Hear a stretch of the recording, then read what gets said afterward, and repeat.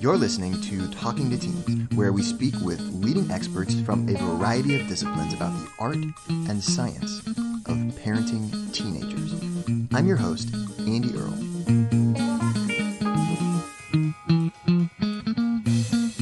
We're here You're today listening to with Talking to Dr. Teens, where Barbara we speak with Oakley leading experts talking from a about variety of disciplines how about the to art help and our science teenagers learn. of parenting Dr. teenagers. Oakley is the I'm your host, best-selling author Andy of Earle. A Mind for Numbers, and she is also the author of the new book, Uncommon Sense Teaching: Practical Insights in Brain Science to Help Students Learn.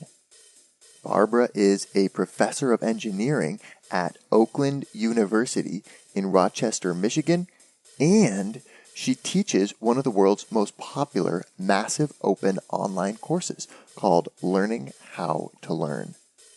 On today's episode, we're going to talk about working memory capacity, which peaks at age 15, what that means, and why it matters. We're going to look at what the latest neuroscience shows about educational research, what parents can do to leverage these findings to help our teenagers get an edge in the classroom and set themselves up to be more effective learners for the rest of their lives. We're going to see what happens in the brain when students procrastinate and what parents can do to combat procrastination. We're also going to look at the two main modes of thinking in the human brain and a technique that you can teach your teenager to take advantage of switching between these two types of thinking when they're working on an important task. All that and much more is coming up on today's episode. Barbara, thank you so much for being on the show today. Education and how people learn is a really interesting area to study. What got you interested in that, and why do you think that it's so important for people to know about? So I got into education and learning because I was a professor of engineering and I was teaching my classes. And one of my students found out about my sordid past as a terrible, terrible student, particularly in math and science while I was growing up. And he asked me how I changed my brain. And I thought about it. I remember I wrote him a little email. Then I thought, I think there's more than just an email in this. So Yeah. I'm always interested in just sort of looking at questions and seeing if I can answer them and see where the facts actually lead me. And so because of that, I'd been interested in various questions, and I had spent a number of years, even though I'm a professor of engineering, kind of digging around in the neuroscientific and cognitive psychology literature.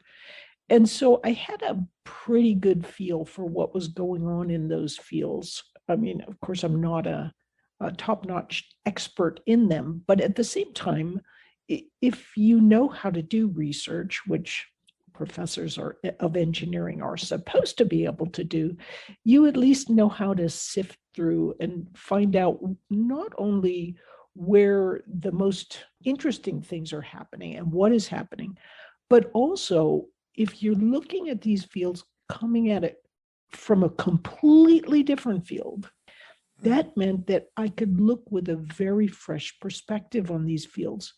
And what's interesting is if you had grown up being trained in those disciplines, it's really hard for you to see where the gaps are. Yeah. And where, but anyway, so he asked me this question, and I thought, I like to write books. I like to get my head around a problem. So I spent several years working on a book called A Mind for Numbers.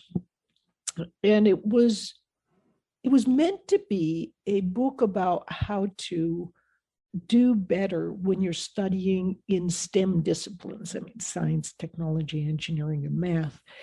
But while I was writing this book, it really came out that this is actually a general book on learning. And indeed, my background is it started out in linguistics. I enlisted in the Army right out of high school and went to the Defense Language Institute and spent my first years out of high school intensely studying and learning Russian. I ended up working as a Russian translator on Soviet trawlers. And so when I have a bit of wine, it all comes back and I can swear quite nicely. So, but anyway, that's what got me started. And I think what really got me interested in this whole educational area was the fact that some fresh perspectives were needed.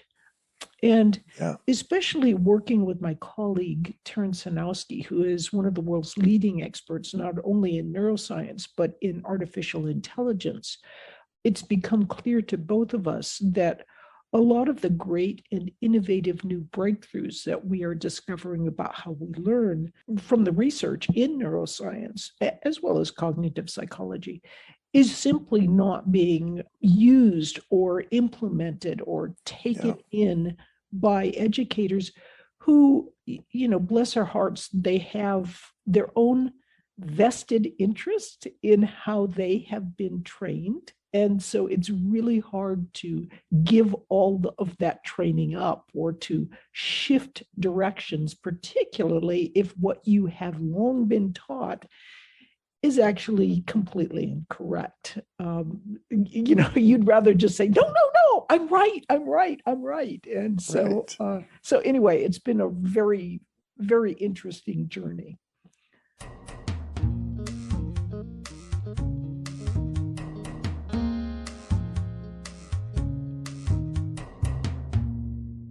One thing that you make a big deal about in this book is working memory and also sort of the differences between working memory and long-term memory.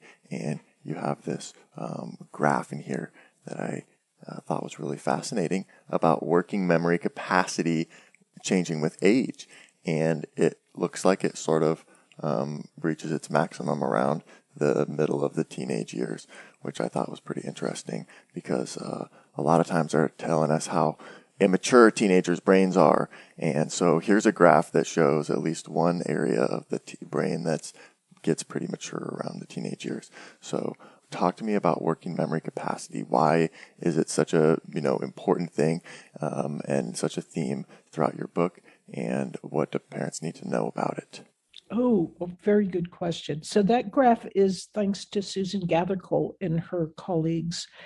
And it's an interesting idea that I think is important for us all to know is, this graph shows how working memory increases as you mature. I should step back and explain what is working memory. Working memory is what you can hold temporarily in your prefrontal cortex. So it's like what you can hold temporarily in mind and manipulate too. So if I asked you to multiply 77 times 22, you probably could hold it in your working memory. And well, if I said 77 times 20, you could probably do it pretty easily, or with some thinking in your head. Yeah.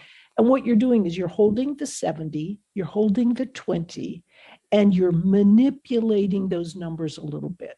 So short-term memory is just you remember the 70, you remember the 20. Working memory is like short-term memory, but you're manipulating things a little bit.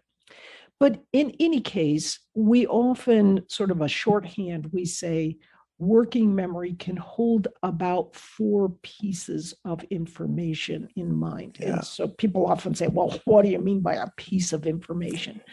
Yeah, exactly. Since it could be a lot of different things, it's a little hard to quantify, but you can kind of think of it as like 4 concepts or 4 balls of information, or 4, like you can, let's say you've memorized and you can play a short piece on the piano. So you can bring that into mind sort of as a, that little short set of chords into mind as one piece. And then maybe you can connect it to another piece that would, go along. Yeah. So the simplest way to think of it is as, I give you the numbers 47235. Remember it. You're remembering it in sort of your working memory.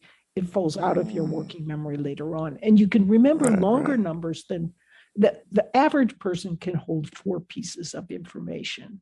But you can remember more than 4 numbers because you can group them together in your mind so that it's like 42, 57, 35, sort of like that. So most people can hold 4 pieces of information. A higher capacity working memory, you can hold, maybe 10 or 20. I mean, there are people who are truly exceptional. For example, my colleague, Terry Sanowski's probably got a working memory capacity like a zoo. I mean, he can hold a lot in mind as he's manipulating this information. But at the same time, there are people like me who have lesser capacity working memories. I would guess that my working memory capacity is like I can hold 3 pieces of information.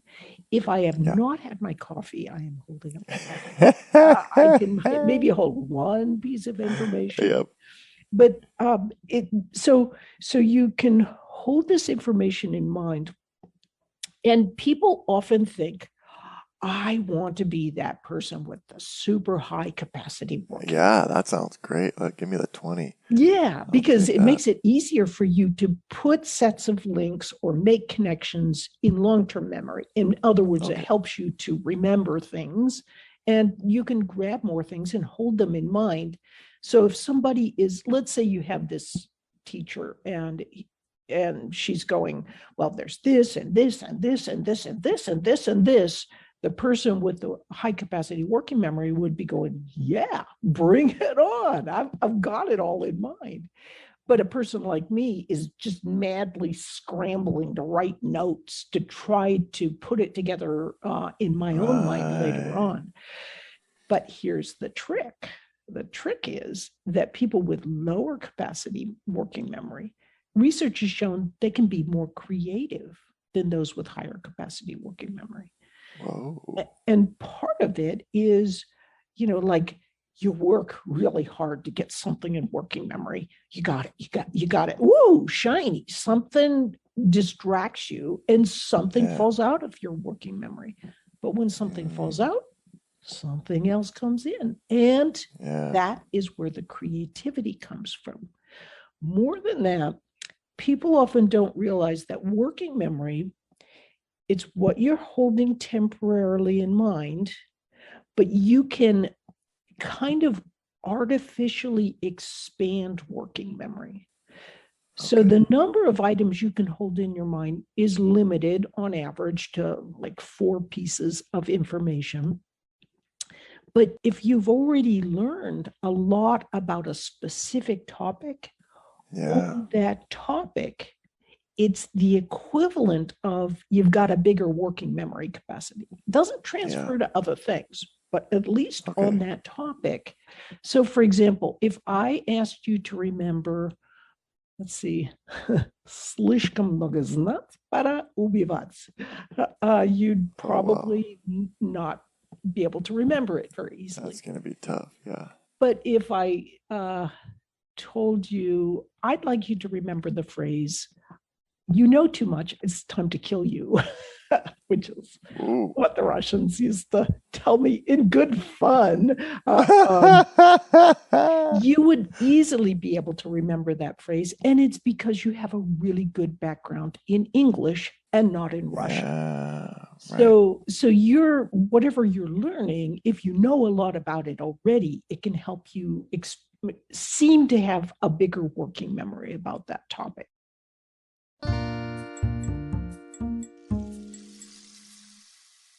So working memory and long-term memory kind of have this funny dancing relationship with one another. So, let's relate this back to parents or adolescents. Depending on the student's working memory capacity, different ways of teaching are going to be more effective. Interesting. So what that means is that if you have a child with a teenager with a larger working memory capacity, they can probably grasp fairly quickly what you're talking about.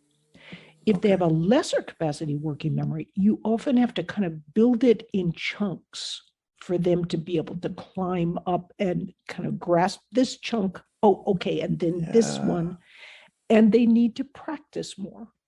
So remember, though, that person with lesser capacity working memory can actually, in the long term, with extra practice, do even better and be even more creative than the person with the higher capacity working memory. So, for example, Nobel Prize winning economist Friedrich Hayek, from all the evidence, he did not have a very big working memory capacity at all. He really struggled. And in fact, he wrote a paper about sort of people who learn really fast and people like him who really have to struggle and fill in the gaps and they can't remember things.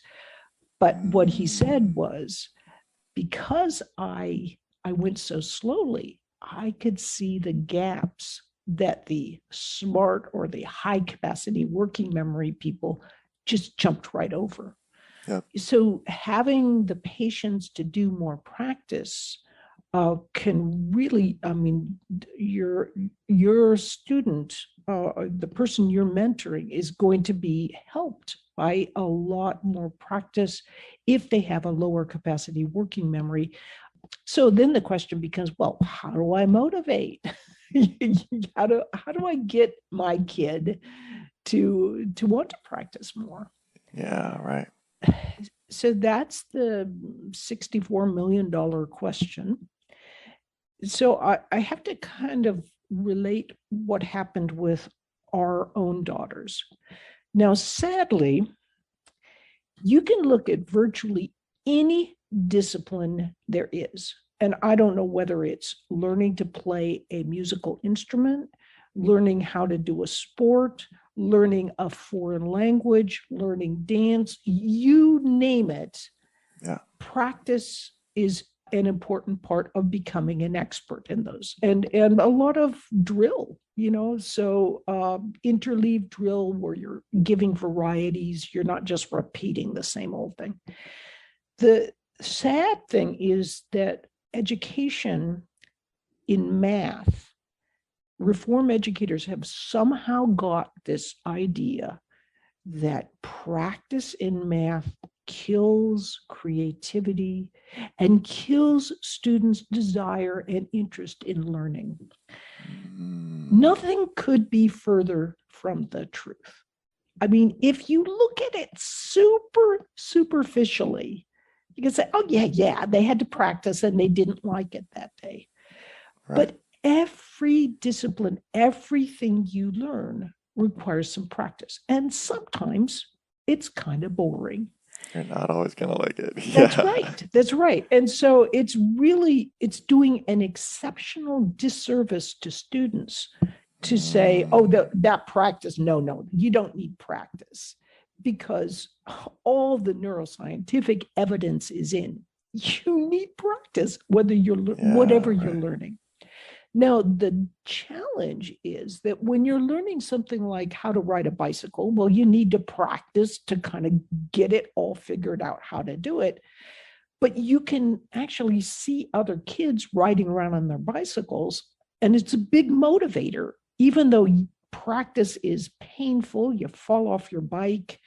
At first, it's just no fun at all. But you can see other kids riding, and it's like, wow, that's ahead of me.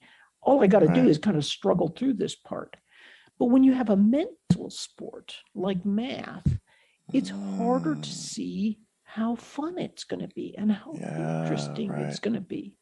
And so often we as parents or guardians or guides, we need to help students through that initial rough falling off the bicycle stage of learning mathematics, which is really the foundation for many of the tech-based careers that are available today, or being a doctor, being an engineer, being a lot of the well-paying jobs today require a modicum of understanding and expertise in mathematics. So if you are not encouraging your children to learn math, you are dramatically reducing the number of career doors that are open to them. Yeah. So for me as a parent, I realized, by that time I was an engineer before we had our two girls. And I realized that if I wanted our girls to have all career doors open to them, Mm-hmm.